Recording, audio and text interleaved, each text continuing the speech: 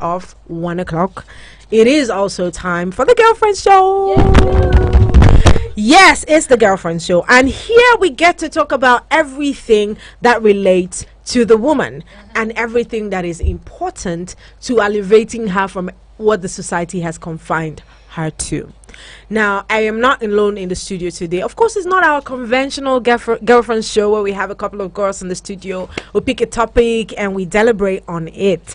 Today, we have two lovely women here in the studio. And you see this particular one beside me. She's with her hoe. She's ready to, buttress every topic we have here today. But first, before I move on to the introductions, it will be important that you run along to our YouTube channel at Eagles FM Abuja. Link with us there on YouTube, on Facebook, on Instagram, on Twitter, and on TikTok. We are live, which means you can see who are in the studio so that you can, match the voice to the faces. Exactly. Of course, I'm not alone in the studio. I said that earlier. I am with, of course, Olububu's the regular gang. Me. She's the constant on the Girlfriend Show. And we have today Evangelist Ambassador Dr. Tobechukwu Princess, one person. Thank you very much. Tobechukwu Princess is the national president of Liberate the Woman Initiative. Welcome, ma'am. Thank you. Also with her, I have my fine Hajia. She's just smiling since she got in the studio. This is Mariam Ahmed Aman. Welcome into the studio today. Yeah, yes. How you doing this afternoon? Thank you. We are fine, as you can see. Okay, tell us. Ready to go to farm. Ready to go to farm. Y'all need to go to the YouTube page. It's quite hilarious. Like I came into the studio and I saw her with a hoe. I'm saying, excuse me, what's going on here? Have you turned this studio to a farmland or something? What am I missing out? About our profession. Of course. So we are telling girls to be proud of agriculture. That's beautiful to see. Yes. Tell us about the Liberate the Woman Initiative. Okay. Good afternoon, everyone. Liberate the Women Initiative, as the name implies, is a women-based organization, and is born out of outcry of women to live a better life. We want to empower them. There are women who cannot feed themselves, who cannot be proud of maybe 500 naira every day. So these women, this organization was established with the objective to provide support for vulnerable, for disadvantaged women, and for widows. Although there are different categories of widows. There are widows who can even help other women, support other women. But we are talking about vulnerable widows in Nigerian society. So this is what we do. And we are into agriculture. Yes, not just agriculture, we are into health, because they said wealth is what? Health is wealth. Yes. So when they know about, at least when they have good health, they should be able to go to farm and do a lot of work. Okay, so like far if I'm not healthy now, I can't go to the farm. Of course, I won't be able to carry this home. Of course. All right. Yes. Seeing that this initiative is born out of the passion of helping the woman and all of that, what exactly? How has the response been so far? I'm not. You mean from the women themselves? From the women themselves? Yes, we have a lot of women. For now, we have more than 5,000 women. Okay, that has keyed into the program. Yes. The only thing is that we have not been getting responses as we should to assist them and to empower them. Okay. Yes. So that is just it. But we have women that if you call them out today, you will see them. We categorize them into many. About 500 women, local women, are into farming. Okay.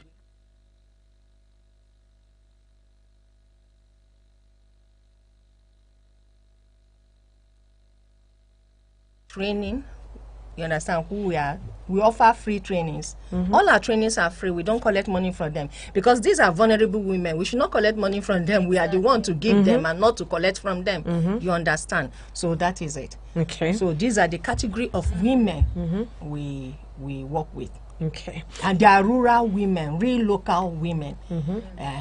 So rural women, Yes. mostly, because that's what is Yes, obtainable around yes, there. yes. All right, let's know, how has the lives of these women improved under this initiative? Because there are a ton of these initiatives out there. This one will come out and say, I want to empower the woman, because Nothing happens. somehow they Yes. have succeeded in putting the woman in a very vulnerable place, because everybody comes out to say, I want to do this for the woman, I want to do that for the woman, but we don't see any real improvement in the lives of these women. So how far have you gone, and have you improved the lives of these women? How have you impacted their lives? Yes. Of women that you have improved their lives. Unfortunately, we have, and fortunately we have, and unfortunately there are not too many like that, because we have not been getting interventions, government interventions, and all that. You understand? So what we are doing is just I and maybe one or two persons trying to help. You understand? Like we have during our before our program, our last 2 years anniversary, we're able to empower 15 widows to start micro business, and that empowerment was done between my international matron, in the person of Her Excellency, the African Queen in UK, Professor Dr. Elizabeth Lucas Afalolu.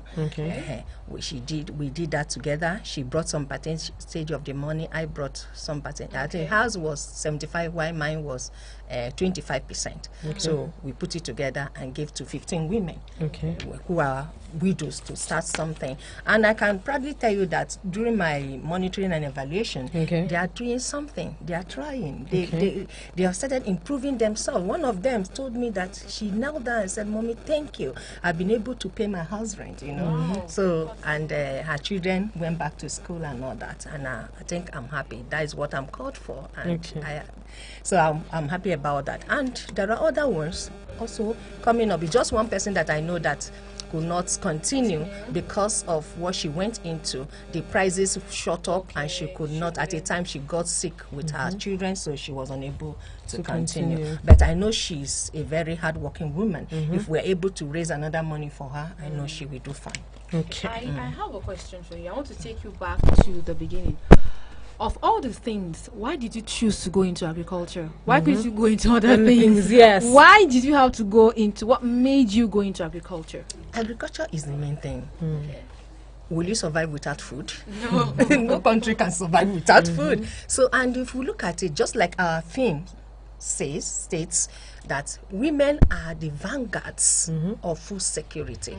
In Nigeria, not just in Nigeria, but the whole world. But they are using Nigeria as a case study, now. So, women, if you watch it, in those days when I was growing up, I will see my father and my mother. My mother will wake up as early as 3 a.m. to go to the stream, fetch water, come back, prepare something, sweep the compound, then they will go to farm. And when they come back, the man will just carry his cutlass and hoe. The woman is maybe stayed back to harvest cassava, and maybe there's little yam. She will carry it, get to the stream. She will stay in the stream there, peel the cassava, wash them, and start coming back home. You understand? Man will just go to plant yam. In my place, they only plant yam, while women plant other crops. Okay. Do you understand? Why is that? Why is that? Why are they farming just yam? Because they feel they are king, and that yam is the king of all crops. Oh, wow. You see? That's different. So you see, so women right from onset has been the people who are in charge of food security. They farm, and they have not been getting help. Many women would have done a lot if there is something like mechanized farming for them. If the government can give them equipment, machines, if there is tractor, like now we have 10 hectares of land unplowed. Okay, we also have 1.8 hectare, and we want to go as an organization. We want to do it together. We also have cooperative in this organization called AfriPride Multipurpose Cooperative Society. Wow. You understand? We want to do it as a family. Okay. You understand it? If we are giving tractor today, I've been writing to Federal Minister of Agriculture, assuming they answer me today and give us tractor. Don't you think that we are going to till many virgin lands? Okay. There are a lot of lands that we will till, and you see that we have bomber harvest. If we are giving fertilizers, if we are giving improved seedlings, don't you think that we are going? The sky will not just be our limit, but the beginning of our limit. Yeah. So that is it. That is why agriculture is not the only thing we do. We do education too. I told you we are also into health, education, into empowerment, skill acquisition, and all that. Trainings of workshops, advocacies, and the seminars. We also go into this. But agriculture is the father of them all. Food is important. Very Food is important. very important. All right. Now, you talked about how you've approached several ministries, Yes. trying to gain funding for this. What is your major source of funding? Is it out-of-pocket funding? Out of pocket funding. Okay, so how has that been for you so far? It has not been easy at all.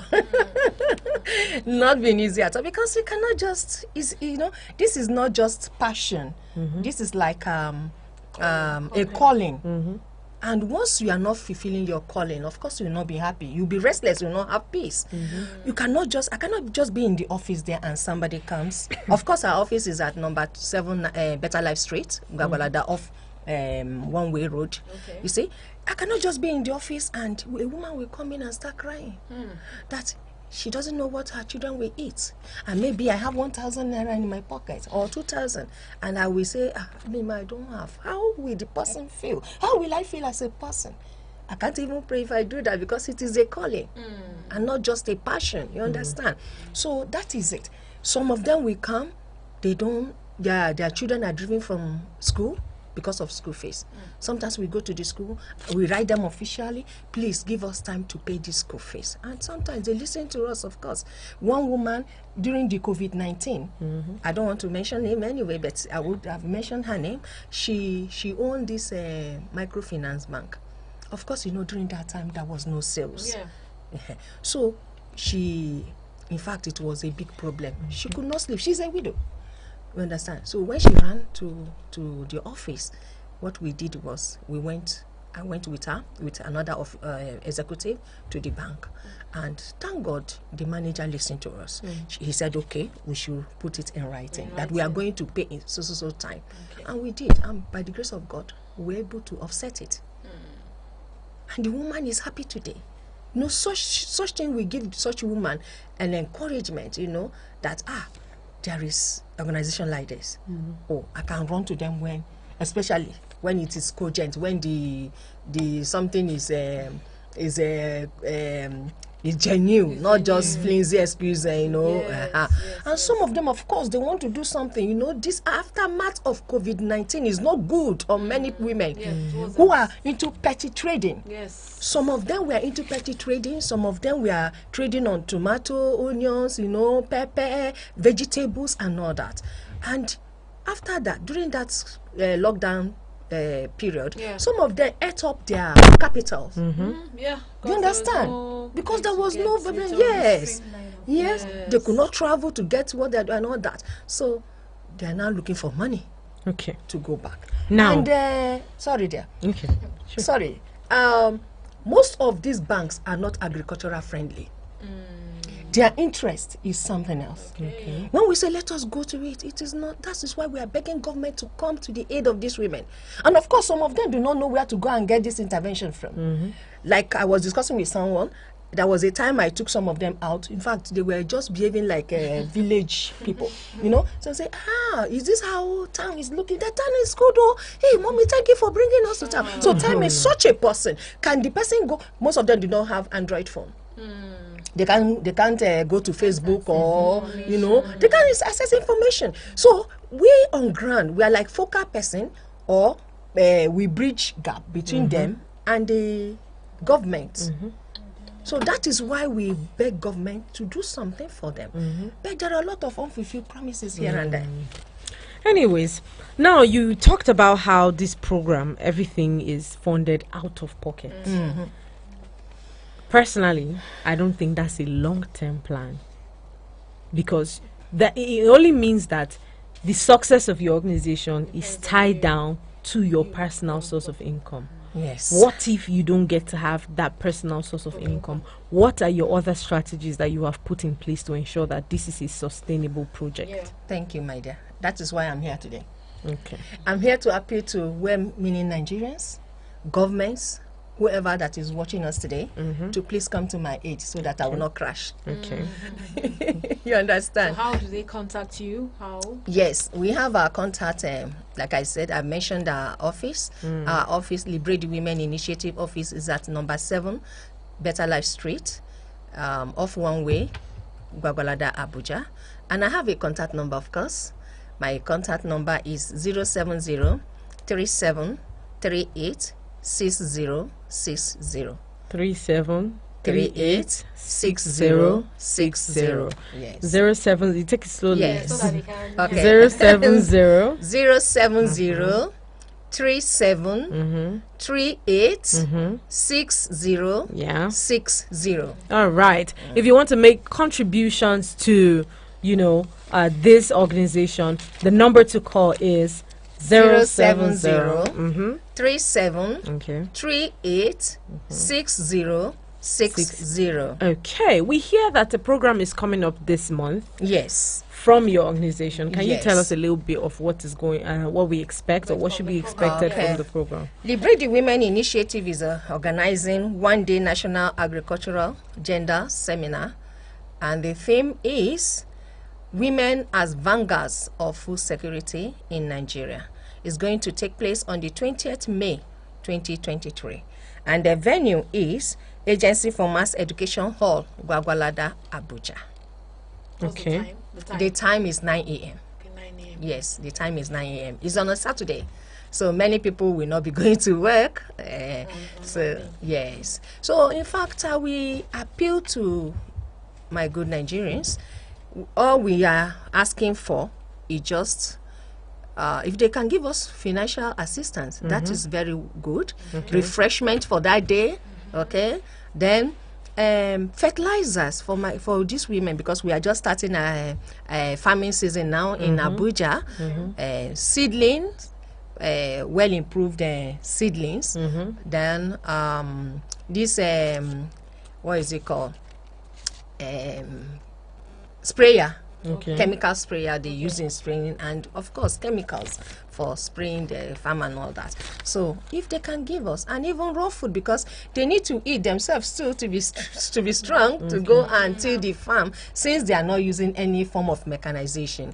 So these are my appeal. All right. So now, what's the program? What is it centered on? What are we supposed to achieve? What are the women achieving from this program? Okay. This seminar is targeted towards having women from different localities, numbering about 500 local women in agricultural value chain, to be taught on leveraging the 5 P's of agriculture. Okay. And they are production, processing, preservation, packaging, and promotion. Okay. And these are to contribute to food supply, security, and sustainability in Nigeria through government interventions. Okay. So these are the things we want to Look at look at for the program. Yes. All right, guys. Let's hear you. Thank you very much. I'm glad to be here. Once more, my name is Mariam Ahmed Haman, Okay. and I'm a practicing and agricultural economics and extension officer. Wow. Only you. Yeah, that's my profession till date for the past 10 years. My sister here has been fulfilling, Okay. and I'll tell you, give her a thumb up. Wow. She has done a lot for the local women in terms of humanitarian response and support, and I see it as a calling. And she has carried me along, and I would say I'm a member Yes. of The Women Initiative. So down the line, as a practicing agriculturist, we have been thinking about strategies, like you said. We don't waste our time on waiting for the government or other organizations. So the organization is always open for support and partnership. We'll invite partnership for relative fields in agriculture, health, or whatever calls for. And another thing is, why are we focusing on the rural women? The bulk of what we consume is from the rural communities. Of course. and I'm also an extension officer. In regards to that, I found that most of what we eat are from the rural communities. If we don't pay attention in bringing up their agricultural produce in a safe way, like what we say, the theme is also about food security. It's raining seasons and it's all about flooding. Many people will lose their farms, and when water erodes their farms, that means it's a loss to the GDP of the country. So these are issues we want to also discuss there. And we've gone far, and we've been trying to see how we can partner with NIGWED. That's the Nigerian Women Economic Development Project under the Federal Ministry of Women Affairs, and we are going far in terms of how we can engage these women furthermore in terms of processing and packaging. So we are going to have a dialogue that day, a syndicates group for those women, and we'll see how we can ask them what are they interested in, since agriculture is vast. There's fisheries, forestry, crop production, animal breeding, and many other aspects, food science and tech. So we want to enlighten them which aspect of agriculture are you good in, and do you have a passion. From there we can group them into where their strength is, and from there also we can think of, okay, are you interested in processing and packaging? This organization is here, where can they come in and support you? What training do you need so that they can guide you? We don't want to say empowerment. We want to train women. I think honestly that's a better we word. want to train women and give them support. So when they have this support and backbone, they can't crash along the line. Then we continue to monitor and evaluate what they are doing. So this will be a 6-month plan. We'll do it, and we hope by December to access their success and know where their weakness lies. At that point, such a beautiful, it's very beautiful hearing what your plans are. It's very beautiful. Now, do you think everything we have said here, the strategies, what you have said, do you think is sustainable? Yeah, it's sustainable. Everything is a trial, and there will be bottlenecks, of course, and we always have reservation for such bottlenecks, in the sense that many women might not be able to cope, and that was what I said earlier, that will put them at their strength. And there's one thing, rural women, for those of us that have experiences with the rural women, they are industrious, of course. And there are many women groups, like in her group I found out that they do monthly savings, they do rotational market day savings. So we have thought of making them to form cooperatives, 20 women per group or 30 women per group. So you've clustered them. Yes, we clustered them, open bank accounts for them every week, every rotational market day. Like the Gwagwalada market day, they can save 500 naira. So we make sure we look at somebody who has a business that is profitable. So for like this week or the first week on Monday, give the person to get, so that they don't crash and they don't run out of money. Okay, that takes me to my next question. Right. When you say you try to start them up, apart from empowering them, giving them, do they have any means of accountability? Yes. Because I know the major problem with these rural women, not just rural women now, empowering some of these women, they are not they don't have accountability partners. So they start off, when there's a little hitch, they fall off again. And maybe you give them equipment to do their business and what have you. They start with all the equipment. When it gets tough, they sell everything and then they are back to square one. So do you have a means of accountability to say? Yes, that was what we did 2 months ago, since we started our partnership with NIGWED. Since NIGWED is a very standard organization that is very good for cooperatives for women. So we are working with Mr. Lugard, the coordinator Okombo, which he has helped us, and he has showed us the portfolio of keeping records. So we have what do you call it? A mapping or statistical data on the system, where we have the name of each cooperative member, their gender, their age, and whatever is necessary, so that we have their records, their data. God forbid, if someone dies, a relative replaces he or her. If somebody is traveling and you cannot drop your money, we always have record for that, for how you can repay.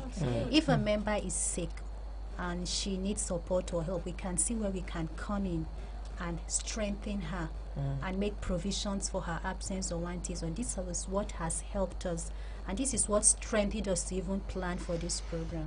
So you will hear more of this in the course of our program. Okay, so this is amazing. This is the first of its kind in the rural community, and it's starting from Liberate the Women Initiative. Okay, this is quite it's a commendable, it's a very commendable program, and we hope that all the support you It's need. tedious, but it's worthwhile. Of course, Of of course, it's course. not easy. Following up, adults are adults are the difficult to control. Yeah. Sometimes at a point when we have a mentoring session with them, they'll tell you they want to go and cook. honestly. They have business. I can relate. Yeah. I'm So telling we you. follow their time. We studied them because I'm a rural facilitator too. I do programs with the Federal Ministry of Humanitarian Affairs. Okay. She also follows. So we give them time. Mostly weekends, Saturdays and Sundays. So we group them. And we also have elderly women there. Okay. And there's something also we learn from them. They have stories. And there's some Yes. beauty in. We come from the cities, but they are beautiful stories that we learn from the rurals. They are guides they give us. The adache, the savings we are doing, some of them are almost smarter than the bankers because they have the experience. Honestly, Yes, their money never goes missing. For where? They'll tell you they don't pay NEPA bill, they don't pay house rent, they don't buy gas, they don't buy data. So when you lose their wrappers, they have some amount of Honestly, Yeah. So honestly. these are things that's giving us confidence. Okay. And they know that if you put them through a guide and it works for them, they would continue. Rather than that the city ladies asking, will it work? When how fast is the business? Is it networking? So these are the things. Okay, so talking about lessons now, wrapping up the show, what has been your greatest lesson, let's start with you, Dr. Tobechukwu. What has been your greatest lesson throughout the entire period that you have been, working in this Liberate the Women cooperative? I tell you that I've not gotten enough lessons. I'm A book lying. to write. In fact, there is this book I said I'm going to write, and it's because of what I learned from the women. I titled it "Bottled Tears." Okay, so let's hear the inspiration behind it. Behind bottled tears. What is inspiration? Yes, you see, when you see a woman, there are a lot of things she's bottled inside her. Like Reverend Father was saying yesterday that they say men don't cry. He said, men, if you want to cry, there's an opportunity for you to cry, so that your eyes will even clear. That women, that why they don't normally have, too many women do not have eyes problem is that they will go and cry. After crying, they will clean their tears. So there are a lot of things women are going through. A lot of things I learned from them is that women are really going through a lot of shit. Like I said, there is this lady, she's just 42, and she's managing 6 children, including her is 7. Her husband is not late, but are we not going to classify her as a widow? Her husband left them 5 years ago, and she's just a secondary school dropout. She didn't even finish. And tell me, such a lady, how will she cope with a lot of things like that? So that sometimes when I look at them, I said, my God, what is this? And okay, there is this woman, she's a farmer. She has been farming and she built a house. She's the one that built a house. But unfortunately for her, one day she was coming back from market. She was coming back, and what happened? She was coming back from the farm. What happened? She found out that that her husband has sold the place. Whoa. So actually, sold the place. Yes, sold the house and went away with another woman. He got married to another woman and relocated. So now, what I'm actually saying is that my experience or what I've learned from these women is that actually they can thrive. These rural women, all they need is little push. There are a lot of things that they can do. You understand? And they have this they have this high spirit, zeal to do things and to make sure, and to make sure that they achieve what they want to achieve. If a rural woman wants to achieve something, just give her what she needs, she will do it. You understand? Because she will not start telling you that, okay, but I saw this one on YouTube now. I saw this one. They say do it this way. Just teach her what she needs to do. She goes doing it. You understand? So I learned perseverance from them.